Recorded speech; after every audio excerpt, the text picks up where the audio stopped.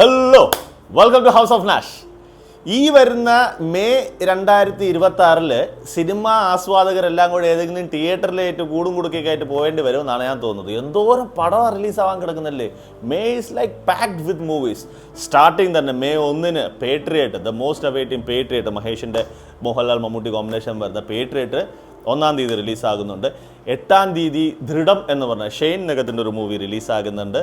പിന്നെ 14-ാം തീയതി 3 റിലീസുകൾ, 3 മൂവിയാണ് റിലീസാകുന്നത്.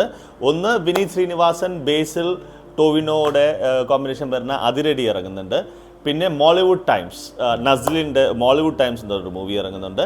പിന്നെ സൂര്യയുടെയും തൃഷയുടെയും കോമ്പിനേഷനായിട്ട് വരുന്ന കറുപ്പ് എന്ന് പറഞ്ഞൊരു മൂവി, അതും എഗെയിൻ ആ ദിവസം തന്നെ റിലീസാകുന്നുണ്ട്. പിന്നെ one of the most awaited movie ദൃശ്യം 21st May, അത് റിലീസാകുന്നുണ്ട്.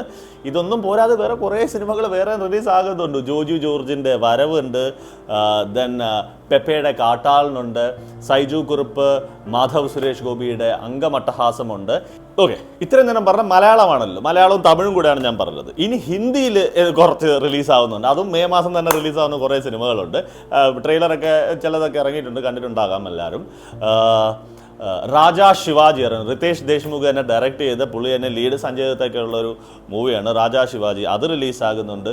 ഏക് ദിൻ്റെ പ്രത്യേകത നമ്മുടെ സായി പല്ലവിയും ജുനൈദ് ഖാൻ എന്ന് പറഞ്ഞാൽ ആമിർ ഖാൻ്റെ മകൻ, അപ്പോൾ പുള്ളി തന്നെ വൺ ഓഫ് ദ പ്രൊഡ്യൂസർ ചെയ്തിരിക്കുന്ന ഒരു പടം കൂടിയാണ്.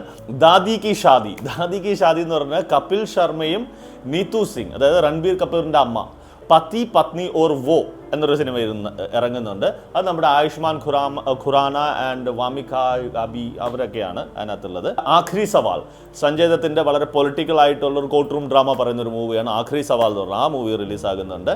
ഹേ ജവാനി തോ ഇഷ്ക് ഹോന ഹേ എന്ന് പറഞ്ഞ വരുൺ ധവാൻ്റെ ഒരു മൂവി ഇറങ്ങുന്നുണ്ട്.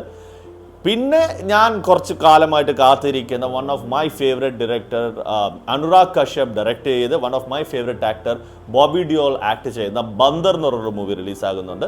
അതിന് ഞാൻ ഭയങ്കര മച്ച് അവൈറ്റഡ് മൂവിയാണ്. ഇത് ഹിന്ദിയിലെ മാത്രം, അപ്പോൾ മലയാളമായി, തമിഴിലായി, ഹിന്ദിയിലായി.